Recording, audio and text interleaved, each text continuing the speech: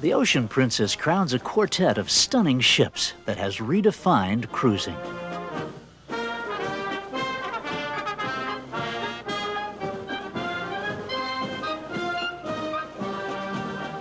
What better way to celebrate the inaugural than with a celebration of love and romance? Thank you so much. Thank you so much.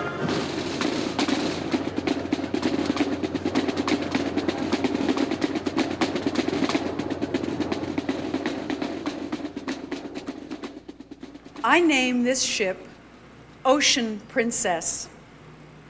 May God bless her and everyone who sails with her.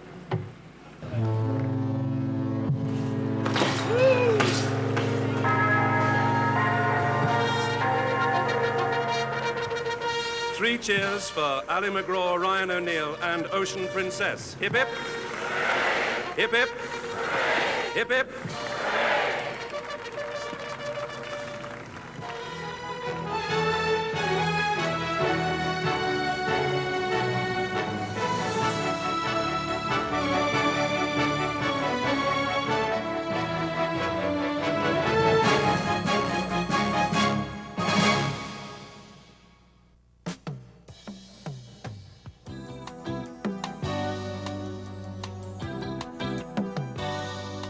Vancouver is a beautiful study in sophistication.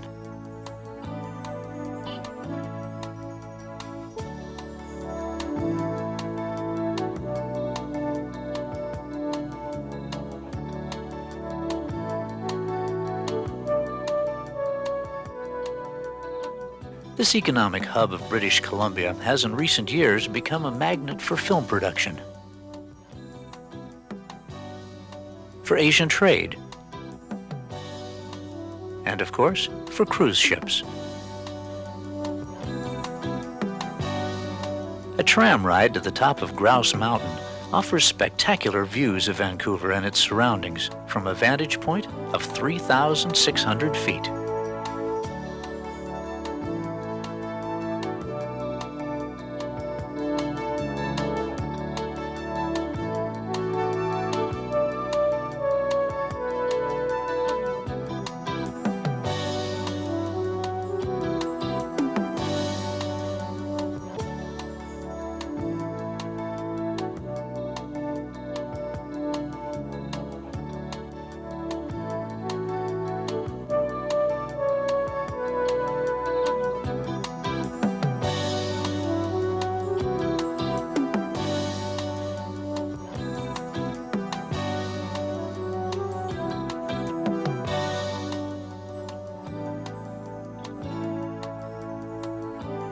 The Capilano Suspension Bridge provides another kind of aerial adventure.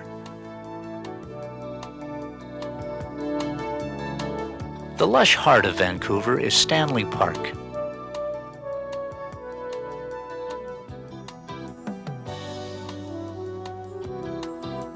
Its tree-lined streets and paths encompass gardens, the zoo, an aquarium, a totem display,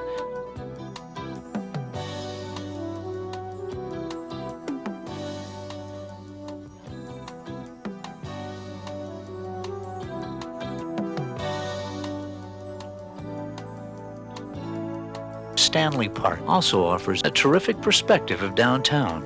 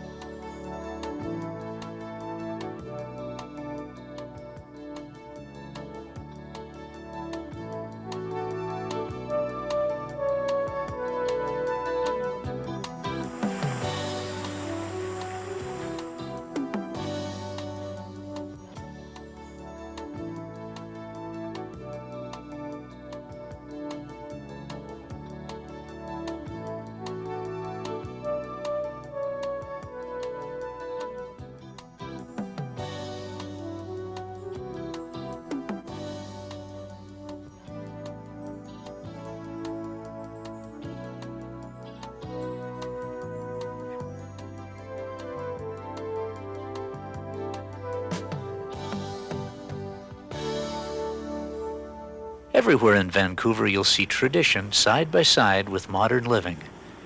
Contemporary landmarks stand guard over the city's historical heritage.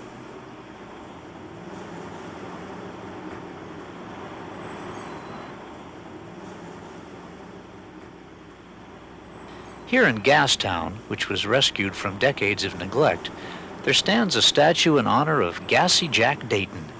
It was Gassy Jack who saw that money could be made from prospectors and started a community that would grow to become Vancouver, Canada's third largest city.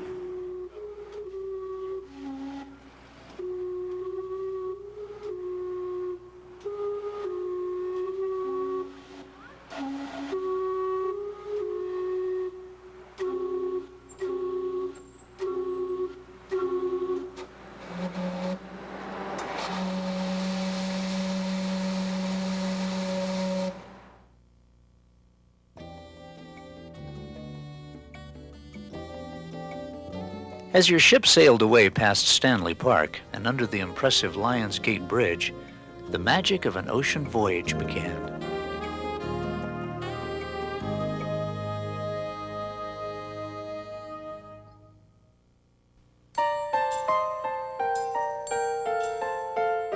The Ocean Princess is the epitome of a tradition of grand-class cruising.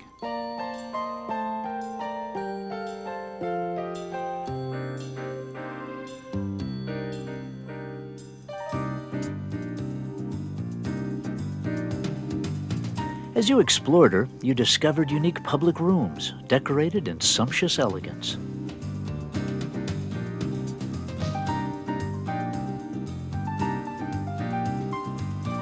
And these glittering surroundings were born of venerated seafaring heritage. From the center of activity in the Atrium Plaza to breathtaking views 15 decks above, you began to feel at home.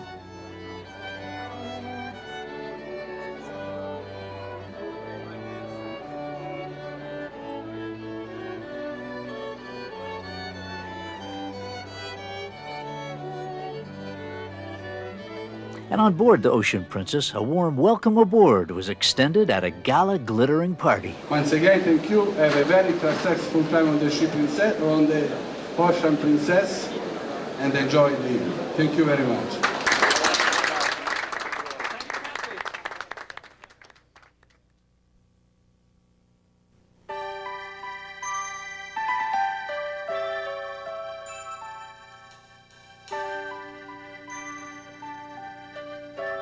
As recently as 15,000 years ago, the inside passage was a solid mass of ice.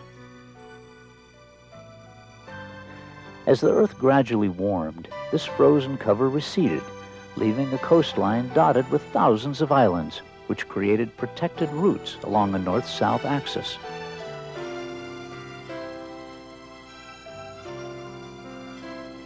Today, this passageway is a scenic delight.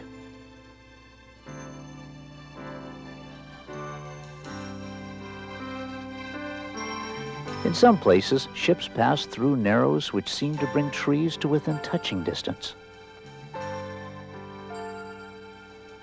Everywhere is beauty unlike anything else on Earth.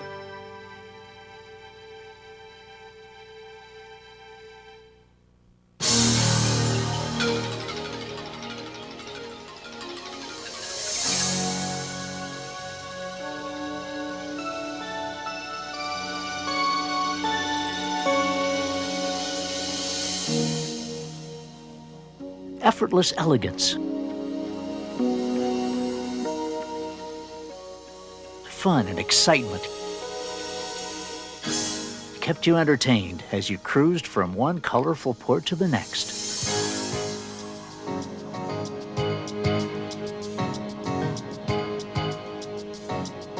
Behind the scenes, the captain, officers, and staff worked round the clock to keep the Ocean Princess sailing serenely on course.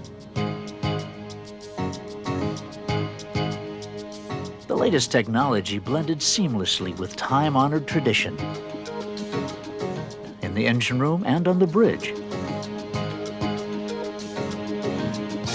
And just in time for the new millennium, there has been a seamless transition from tradition to high-tech. The title of Chief Engineer has transformed to become Chief Technical Officer. We recently changed job titles, and I'm not the Chief Engineer anymore, I'm now the Chief Technical Officer. It's part of the whole function of the department, which is split into a number of different areas. They all report to me, but they function sometimes integrated and sometimes entirely separate. What remains the same are the duties and responsibilities of this critical department. The operation and maintenance of the propulsion plant itself for the whole plant, and that's 59,000 horsepower. The ship's top speed in the speed trials, 22.27 knots.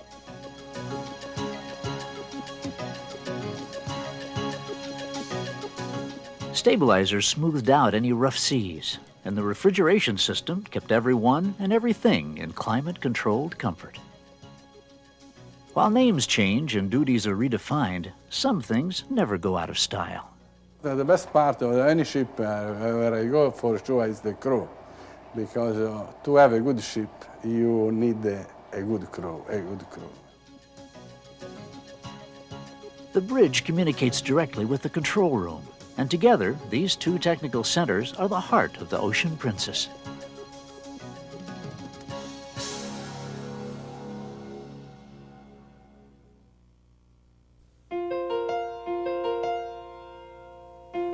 Although Alaska was next to the last state to enter the Union, it ranks first in many ways. First in size, first in natural resources, and first in national parks. And Ketchikan is known as the first city of Alaska.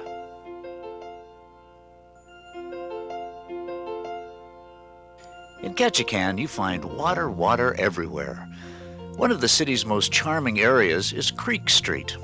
Once these buildings were home to the Red Light District. Now they house shops and restaurants.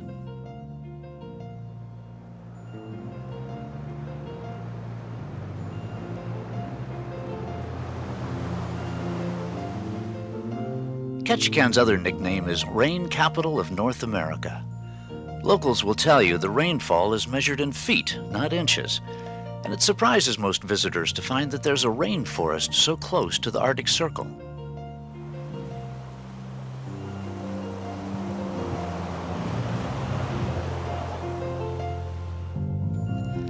Just as you might associate rainforests with the tropics, you probably think of fjords as Scandinavian.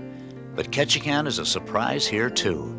The beauty and splendor of Alaska's fjords unfold beneath you from the exciting perspective of a seaplane. Misty Fjord is a national monument. Its 2.2 million acres were set aside for protection in 1978. The deep fjords and sheer cliffs are accessible only by float plane or by boat.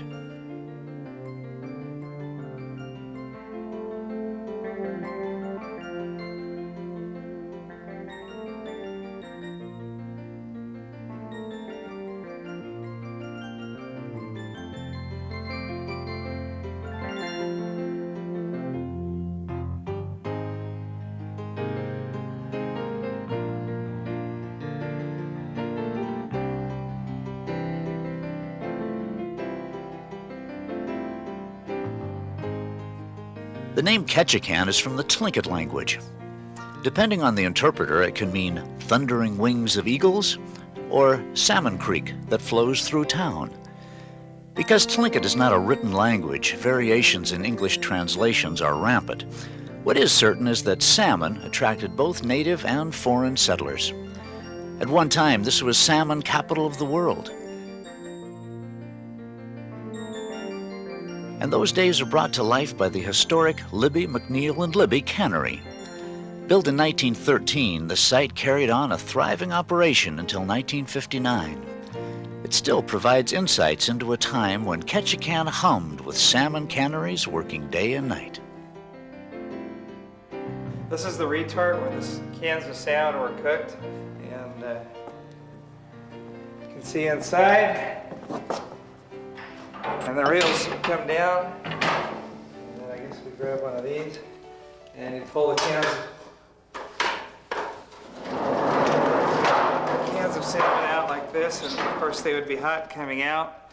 Once they're out, they'd be cooled in a bath of water and then taken out to the cooling shed area where they'd sit, and then they would go upstairs to be labeled.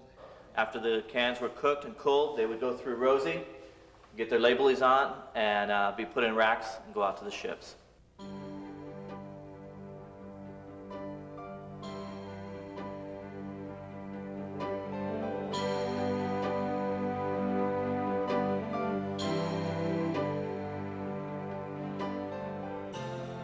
When American fishermen appeared on the scene in the 1880s, the Tlingit Indians had been harvesting salmon for countless generations.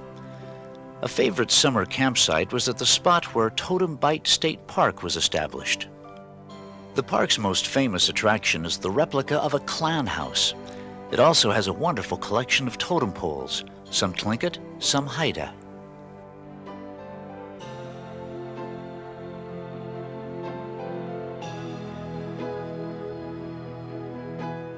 Native heritage is also preserved and celebrated at Saxman Village. Saxman is reputed to have the largest collection of totems in the world. They were collected from abandoned villages during the 1930s, and all have fascinating histories.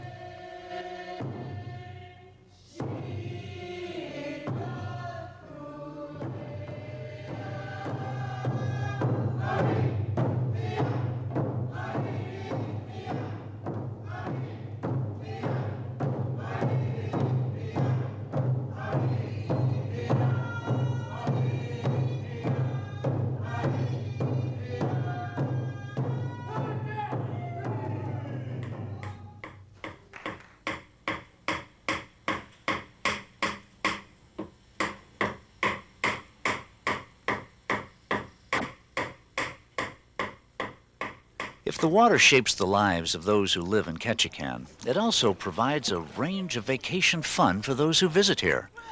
Canoeing can take you gliding through the still waters of an icy lake.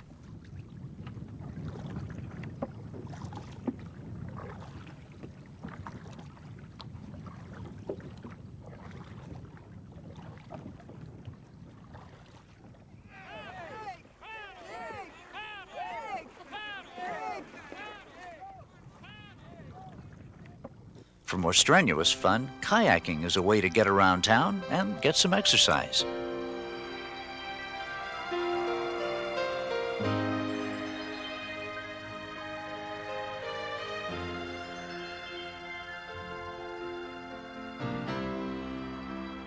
To enjoy the watery beauty of Ketchikan without having to exert oneself, a cruise along the scenic waterfront is unbeatable.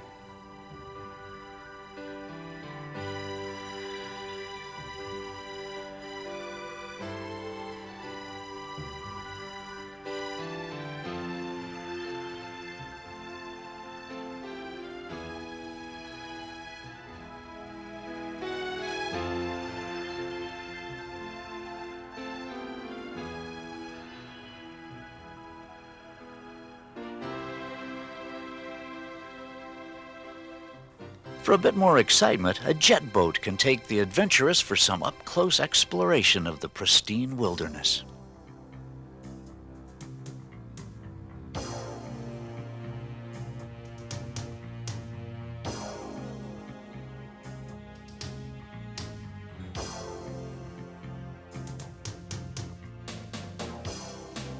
For those who like to get close to nature, Ketchikan is a sporting paradise.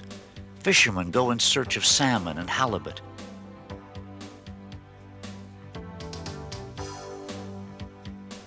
Cyclists take in the beauty of waterfront paths.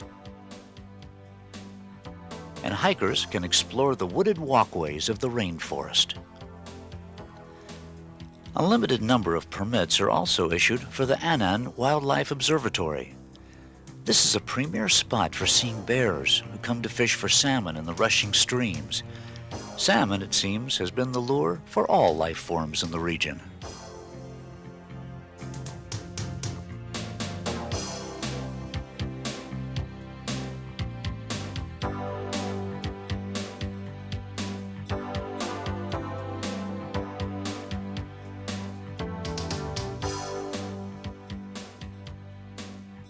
The spectacular abundance of nature provides a dizzying array of pleasure in the first city of Alaska.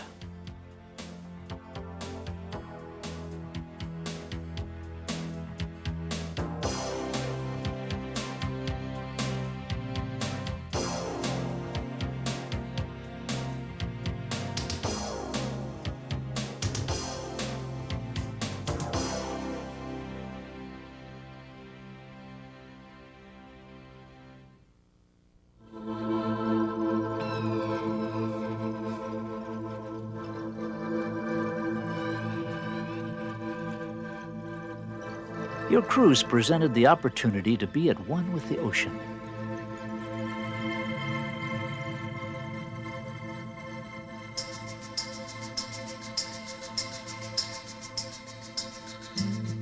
Perhaps you favored a bit of pampering at the spa. The cozy library beckoned with ocean views, comfy listening chairs, and a precious moment of solitude. And surrounded by the ocean, you were surrounded by scintillating art. In public rooms, sweeping staircases, and the opulent atrium, millions of dollars worth of art was displayed as a feast for your eyes.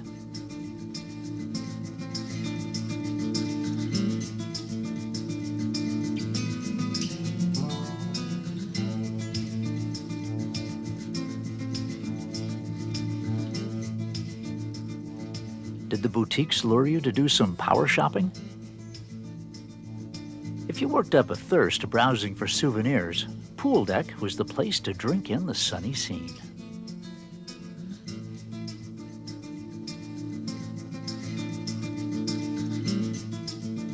And as the ocean was highlighted by the setting sun, music was the attraction in the atrium lounge.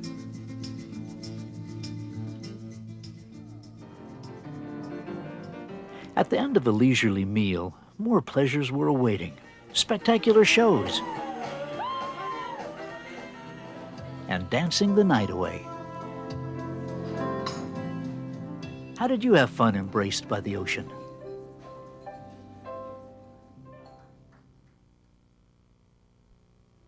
Welcome to the state capital of Alaska. Juneau can be reached only by sea or air. There are no roads which connect it to the rest of the world. Juneau also has the distinction of being the largest capital city in the Americas. Despite being sparsely populated, it claims over 3,000 square miles of land. From the historical district to civic buildings, you can trace Juneau's growth from mining boomtown to seat of Alaska's state government. Downtown encompasses many of the landmarks which embody this interesting history.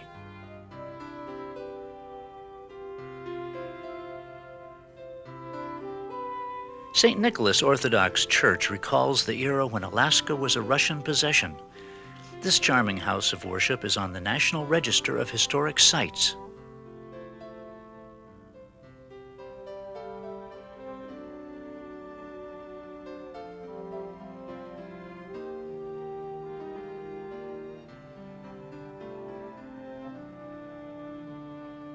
Museums in Juneau catalog and chronicle the natural, cultural, and commercial heritage of which locals are justifiably proud.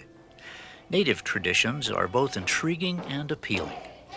The ethno-cultural group most strongly linked to the area are the Tlingit Haida people. Despite recent challenges to the theory, there is strong evidence for links to the people of eastern Siberia.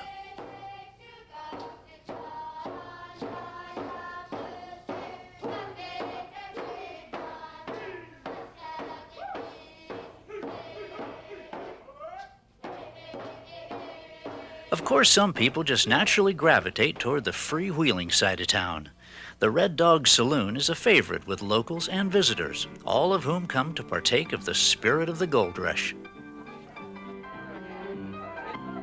Anyone exploring Juneau quickly discovers it has a personality all its own. There's no doubt the frontier spirit is alive and well. For some, adventure can be found rafting down the icy cold Mendenhall River,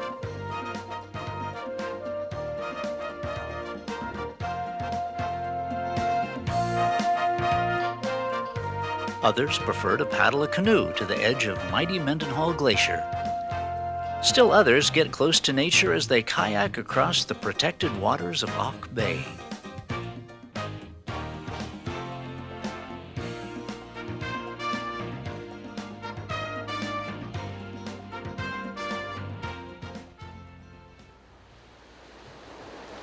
For some, the frontier spirit comes alive as they pan for gold.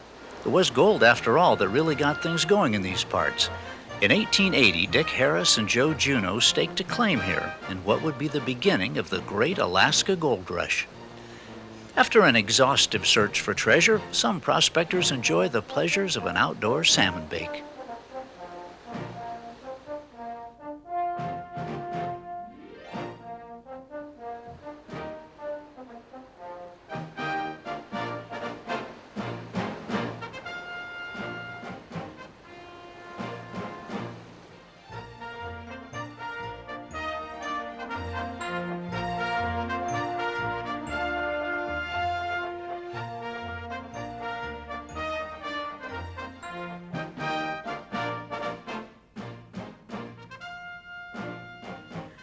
A trip to Taku Lodge combines the exhilaration of a float plane flight with the sizzling taste of fresh salmon.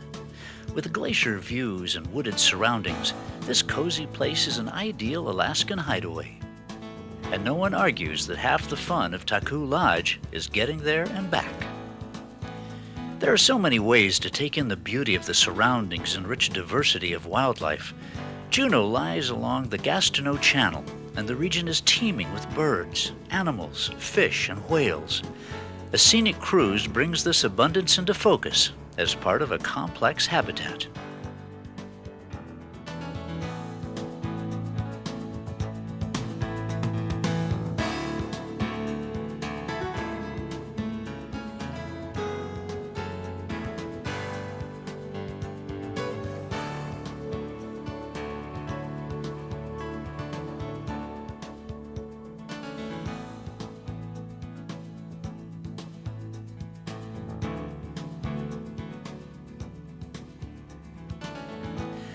The region's rich biodiversity is on display at the Gastineau Hatchery.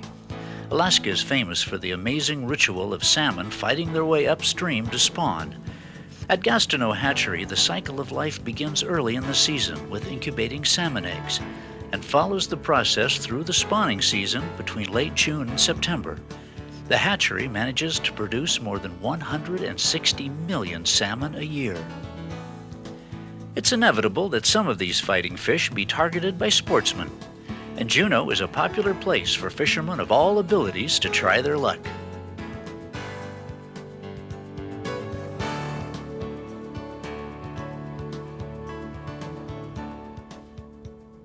Wildlife isn't the only natural attraction around here. The botanical bounty is also impressive. A hike through old-growth forest can awaken appreciation for this remarkable ecosystem. Douglas Island is one favorite place for such outings, but the hills and islands around Juneau are full of idyllic natural retreats.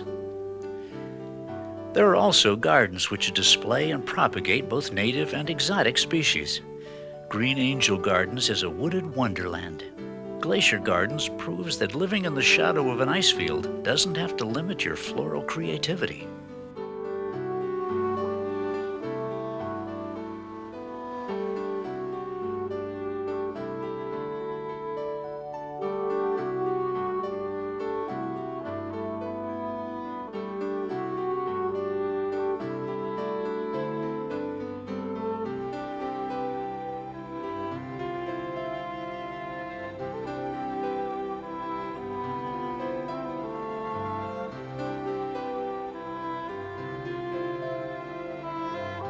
For an unforgettable look at nature's power, the journey to Mendenhall Glacier is unmatched.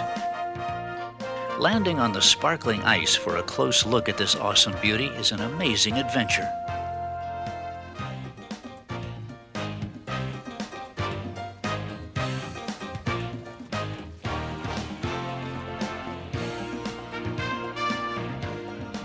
Now, if you look down on the side, you see all looks like dirt and stuff on it. This is actually caused by erosion. In fact, a few guys were just here a little over a month ago. you would not be standing where you are right now. In fact, all of you would be standing about here or out farther, because this ice extended out for 6 more feet. We're also moving down the valley right now to about 2 feet a day. Big rocks will fall into cracks like this. When these cracks close up, anything in it is ground up into a powder. And this looks like sand over here. You can see on the top we've been working around. It's actually ground up boulders. The challenge of nature is one that some people just can't resist. This is surely one of the most scenic places to get an introduction to glacier hiking.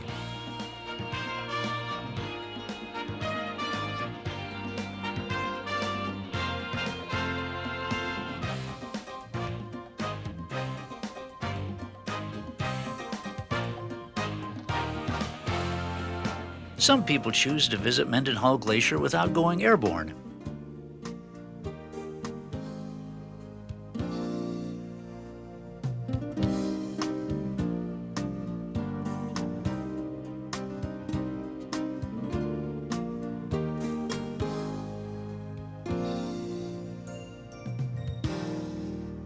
A visitor center provides information and a lofty observation point.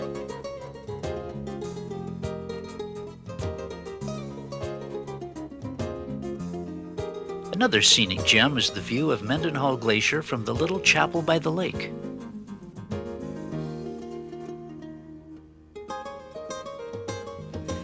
Mendenhall, along with Herbert, Taku, and Eagle glaciers, forms the Juneau ice field. The city is protected from this enormous flow of ice by the Gastineau Channel, Mount Juneau, and Mount Roberts. This peak provides an ideal viewpoint from which to take in the splendid setting of the city. It's also a great place to hike or learn more about the special heritage of the area.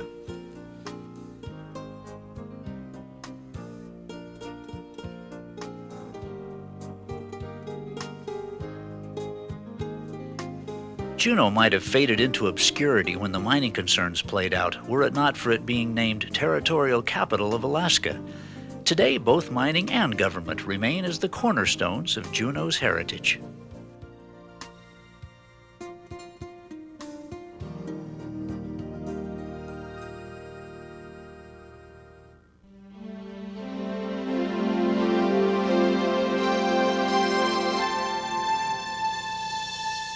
There are unmatched pleasures to be had on an ocean voyage. The feel of salt spray and the scent of sea air. The hypnotic power of the ocean. The romance of the sea. With the wake disappearing behind, there's a magical thrill in sailing toward new horizons.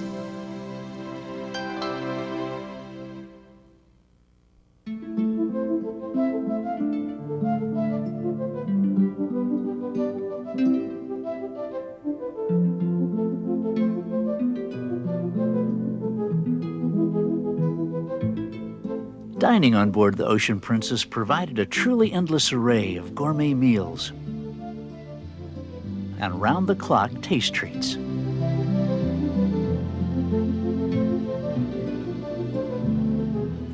A sunrise breakfast could be enjoyed at the Horizon Court, as could a sunny lunch and casual dinner. Fabulous Fabio's provided the flavor of Italy. Cocktails and convivial atmosphere were served up at the patisserie, while a sophisticated snack of caviar and champagne could be enjoyed at après-vous.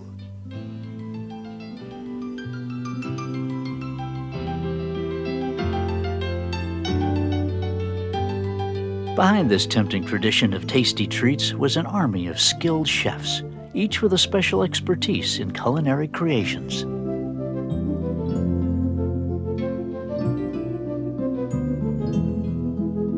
Alfredo, one of these masters, has agreed to take you behind the scenes to share some secrets about fine dining. Welcome in our galley, the place where it's prepared thousands and thousands meals a day. Our cook now, we prepare the dinner for tonight.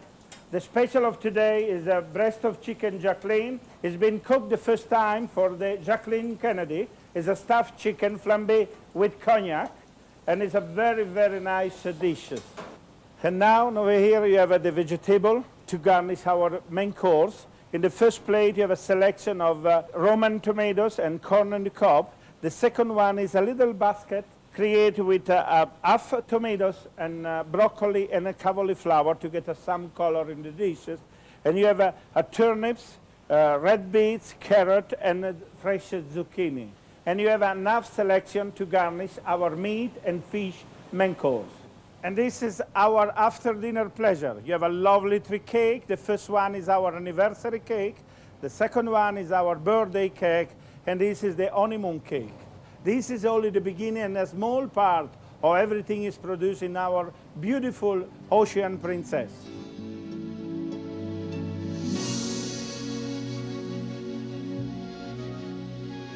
Tuscany and Sardinia were the inspiration for the dining rooms aboard the Ocean. Good evening and welcome to the Tuscan dining room. The elegant surroundings were matched by award-winning culinary delights and the attentive service that showed you the spirit of buon appetito.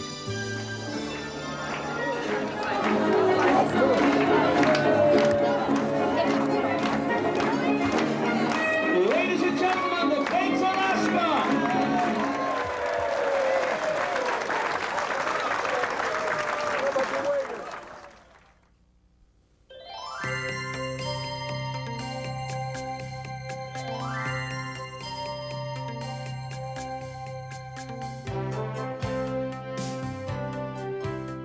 Mountains seem to dominate many of Alaska's cities, and Skagway is another settlement nestled in the protective arms of majestic peaks.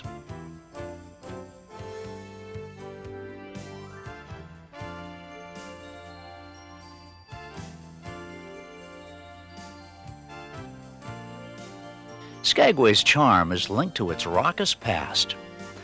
When the original Indian fishing village was overrun with prospectors, idyllic calm gave way to rowdy saloons and lawless abandon.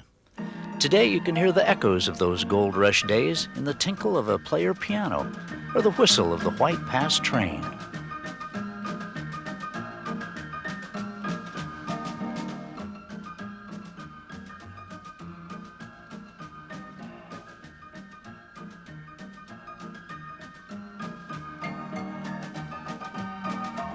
Take a carriage ride, relax in an old-fashioned streetcar, or stroll along Main Street, and with a little imagination, you can transport yourself back to the days of '98.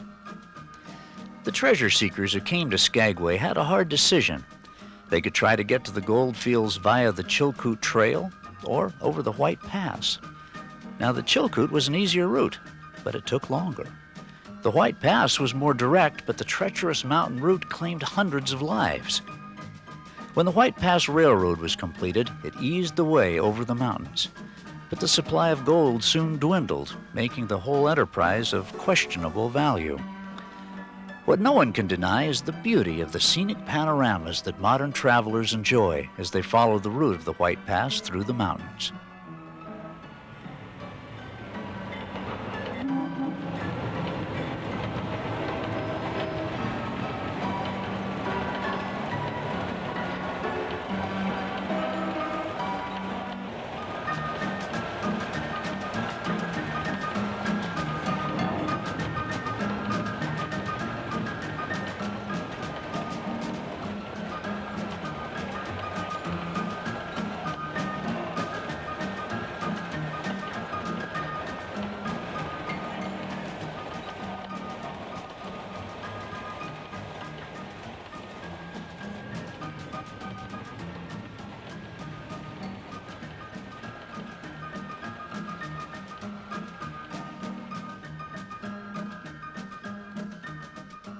Skagway's history is a colorful one.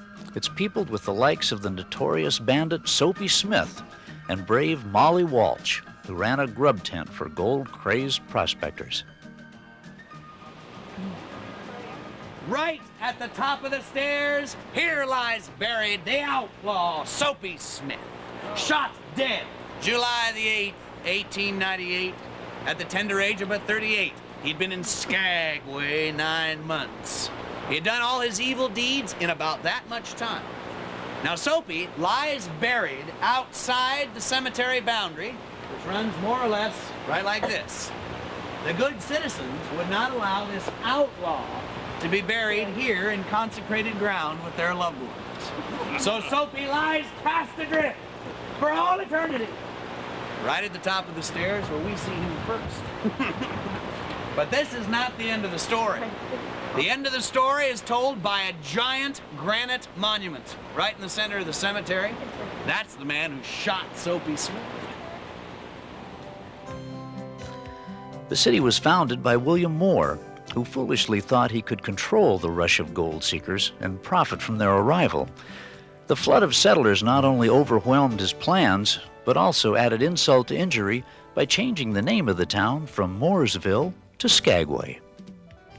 The name Skagway derives from an Indian word meaning home of the north wind. Residents who brave the location year-round can attest to the accuracy of the name.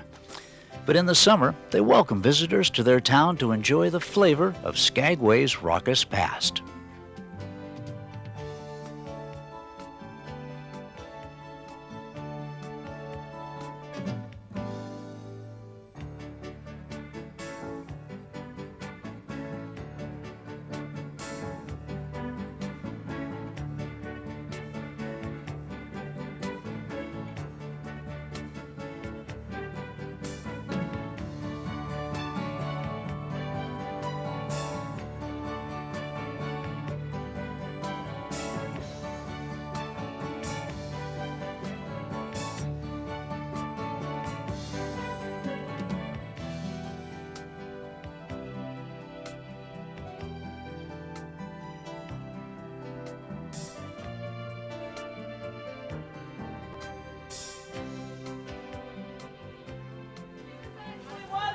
Gold Rush camp in the 1890s, and it really was called Liarsville. It got its name because of the journalists who camped here.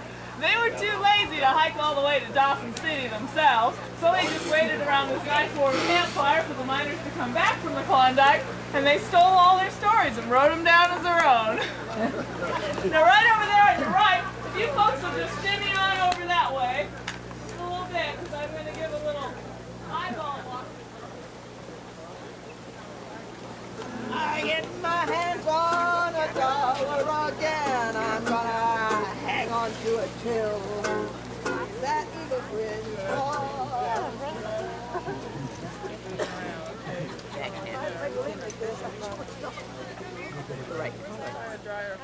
While visitors can participate in a reenactment of Gold Rush days, local residents often find themselves living the lifestyles of the past.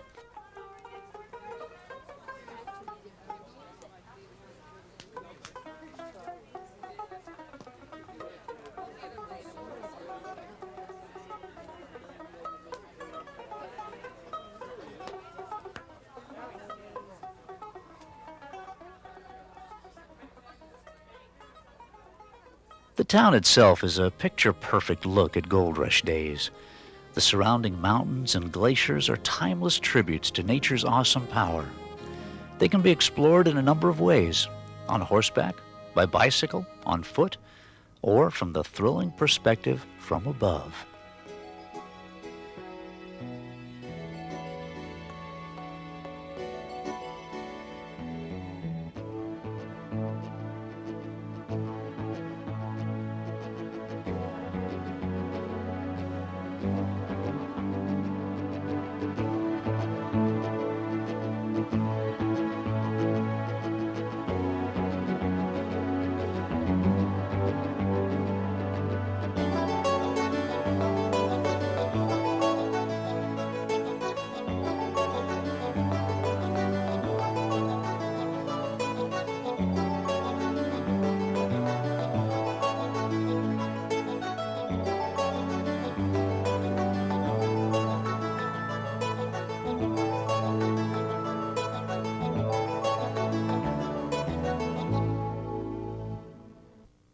Skagway's nearest neighbor is Haines.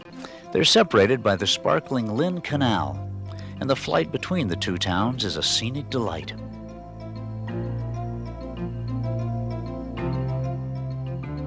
Haines enjoys a famously beautiful setting and is surrounded by mighty glaciers, serene lakes, and rushing rivers.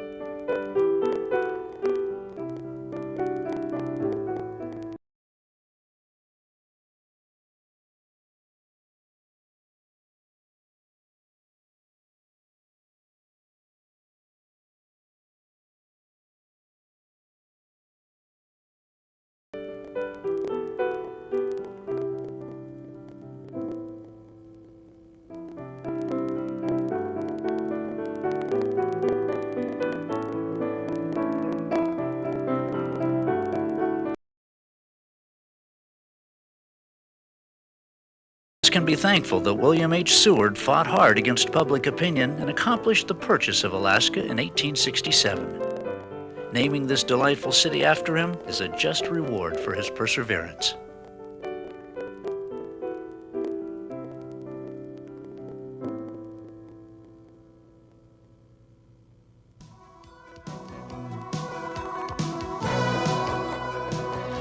Colorful ports, superb scenery, and the grand class of cruising aboard the Ocean Princess. These are your memories to cherish. Until we see you again.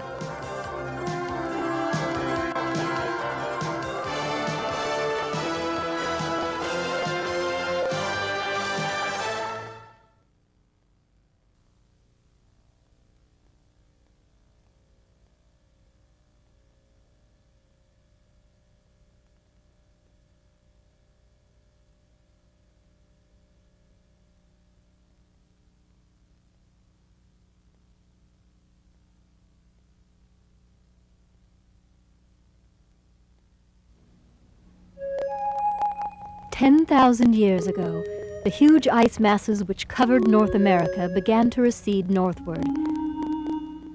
As they withdrew, mountains were carved, rivers formed, and lakes left behind.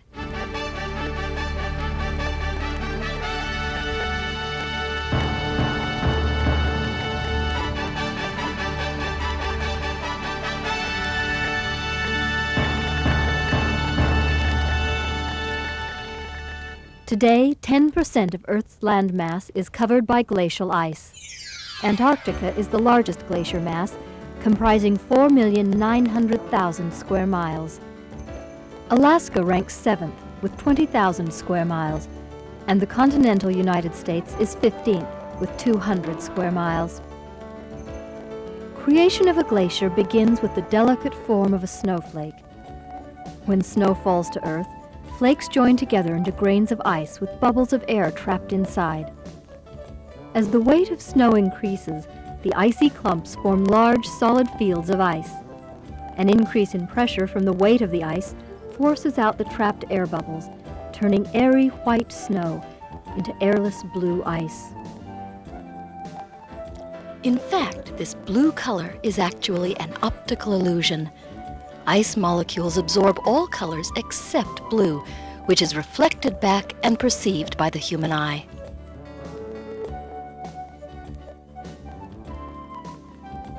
An ice field continues to grow, with additional snowfall turning to ice crystals. When it gets to a depth of approximately 60 feet, the ice mass begins to move. A glacier is an ice field in motion.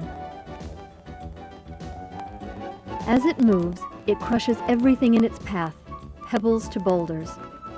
As rocks are carried along, they're ground finer and finer until they're the consistency of flour. This rock flour is carried away by meltwater and turns seawater a gray-brown color. When two glaciers meet and form a larger flow, the rocks carried along their connected sides become a medial moraine, a line of crushed earth down the center of the newly enlarged glacier. Rocks and boulders left at the glacier's edge, or snout, are also called moraines. Worthington Glacier provides an excellent illustration of this rocky debris.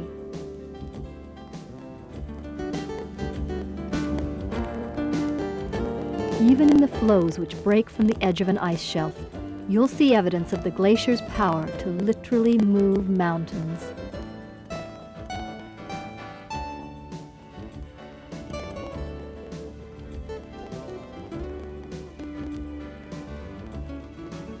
There are three types of glaciers: mountain, ice cap, and ice sheet. Mountain glaciers start in snowfields located, appropriately enough, atop mountains. Repeated snowfall and freezing temperatures allow the snow and ice to reach the depths necessary to start the flow of the ice fields.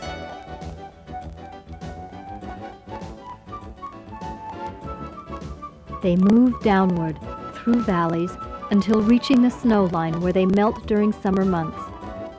Mountain glaciers can be miles long and are subject to avalanches.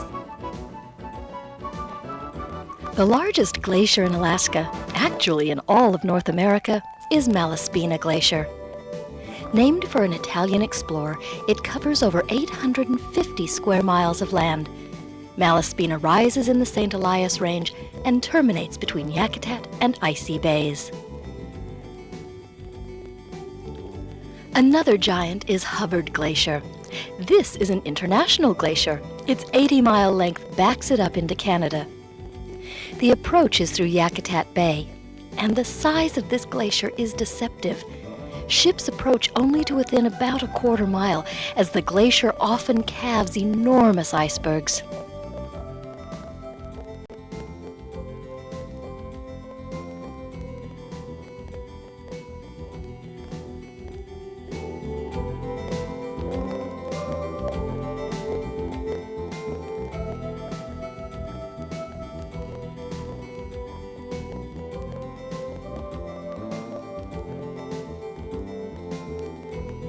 Hubbard made headlines in 1986 when it advanced so far that it cut off Russell Fjord, creating a freshwater lake. Devastating to wildlife, by summer's end the glacier had once again retreated far enough to open passage to the fjord. This ebb and flow is characteristic of Hubbard, which has had 10 significant advances and retreats since the last ice age.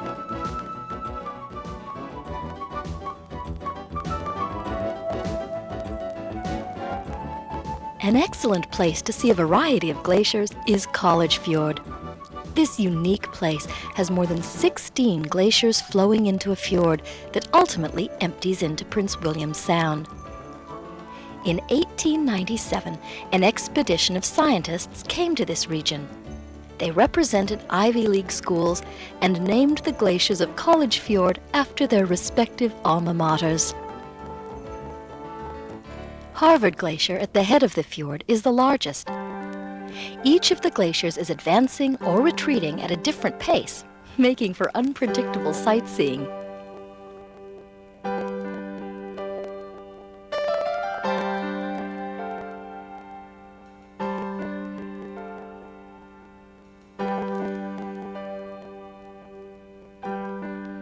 Most glaciers are receding, although an exception is Taku.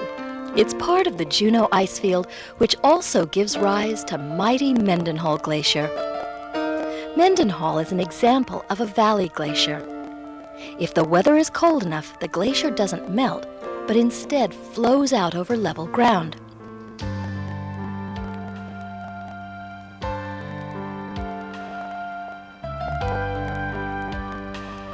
Valley glaciers are one of 3 types of alpine glaciers.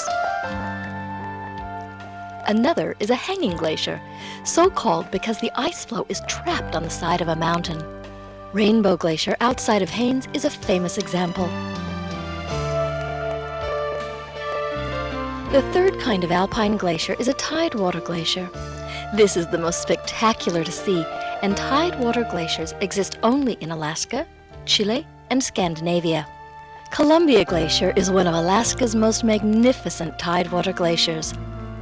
Where a tidewater glacier meets the sea, it forms an ice shelf. When sections of the shelf break off, the glacier is said to be calving, and the floating sections are called icebergs. Scientists expect Columbia Glacier to retreat over 20 miles in the next half-century, creating a deep fjord. 100 miles northwest of Juneau is Glacier Bay National Park. Established in 1925, it has an area of 4,375 square miles. Post-glacial forests have taken root where once there were only rocky moraines. More than 40 glaciers descend from 2 parallel mountain ranges, St. Elias in the east and Fairweather to the west.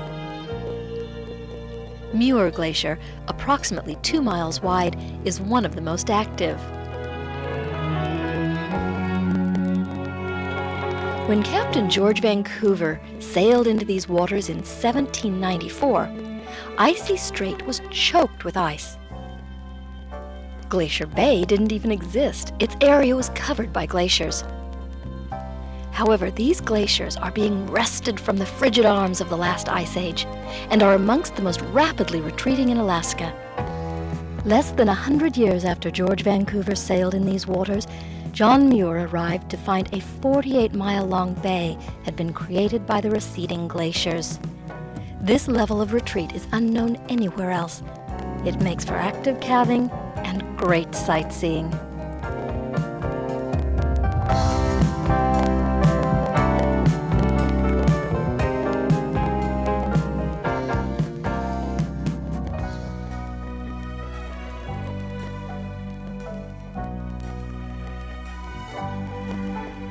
Because the bay has a fragile ecological balance, no more than 2 ships are ever allowed in at one time. This ruling provides the calm serenity which marks a visit to Glacier Bay.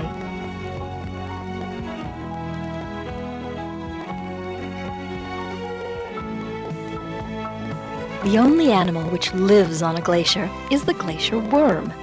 For years it was thought to be a figment of imagination, but the small organism exists and feeds on algae in the ice. Glacier worms live in the ice, but an extraordinary variety of wildlife is nourished by the surrounding icy water and hemlock forests, which are the natural legacy of glacial retreat.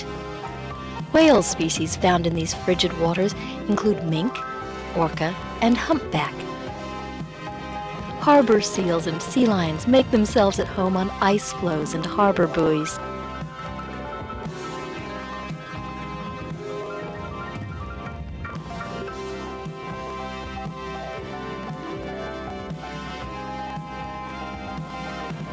Bird life is abundant, from the incredible variety of seabirds to our national symbol, the bald eagle.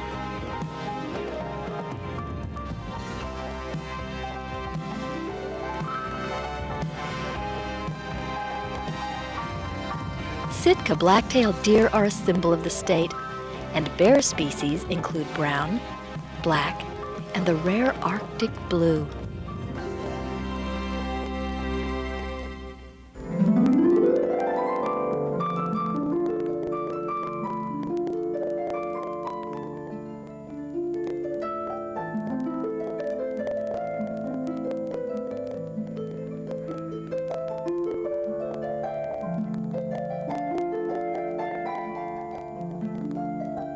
All of these animals exist thanks to an ecosystem created by retreating glaciers.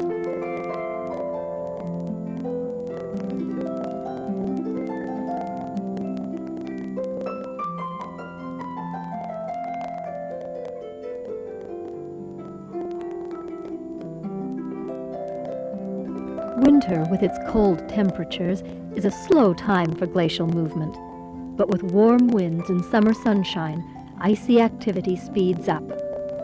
Some northern Alaskan glaciers can move as little as 6 inches per year, but others, with the advent of summer heat, race along at up to 100 feet per day.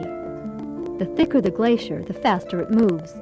Increased weight means increased pressure, which in turn means increased temperatures at the bottom of the glacier.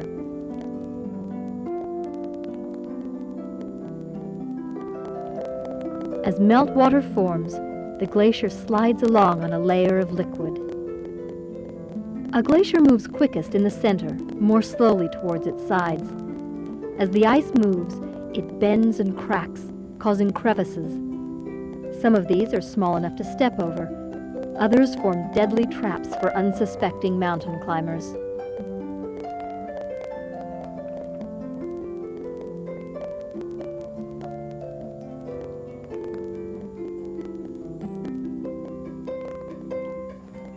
Glaciers create magnificent landscapes as they flow over the terrain. From their beginnings on mountaintops, they shape the earth as they make their way toward the sea. Sharp peaks indicate that most of a mountain has been carried away by ice.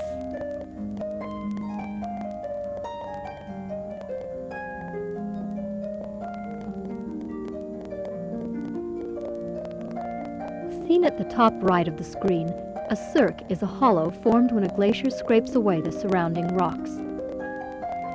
Waterfalls cascade where crevices once scarred the mountainside. smooth, round valley floors show where a glacier flowed out over more level terrain. It comes as a surprise to some people to learn that there are fjords in Alaska. Near Seward are the Kenai Fjords, named for the peninsula on which they're found. And just outside of Ketchikan, an excursion in a floatplane takes you to see the Misty Fjords.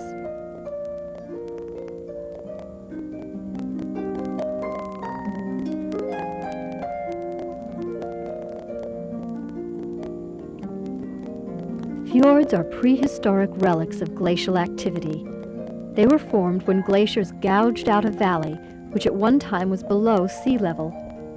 Later, when the ice melted, the glacier receded and sea level rose, the valleys were flooded.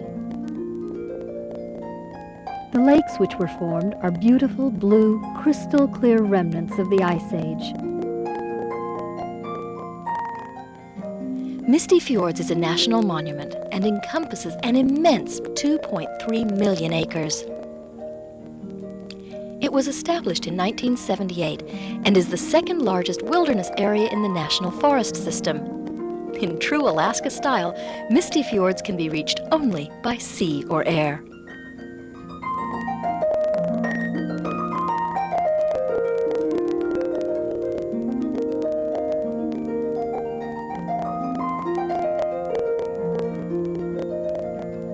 Approaching the sea, the original path of a glacier is marked by a widening valley path. Flying over fjords is only one way to enjoy the spectacular natural beauty of Alaska. There are several ways to experience the grandeur of the glaciers. A helicopter flight allows you to land on the surface of a glacier and learn about the ice formation from a knowledgeable guide.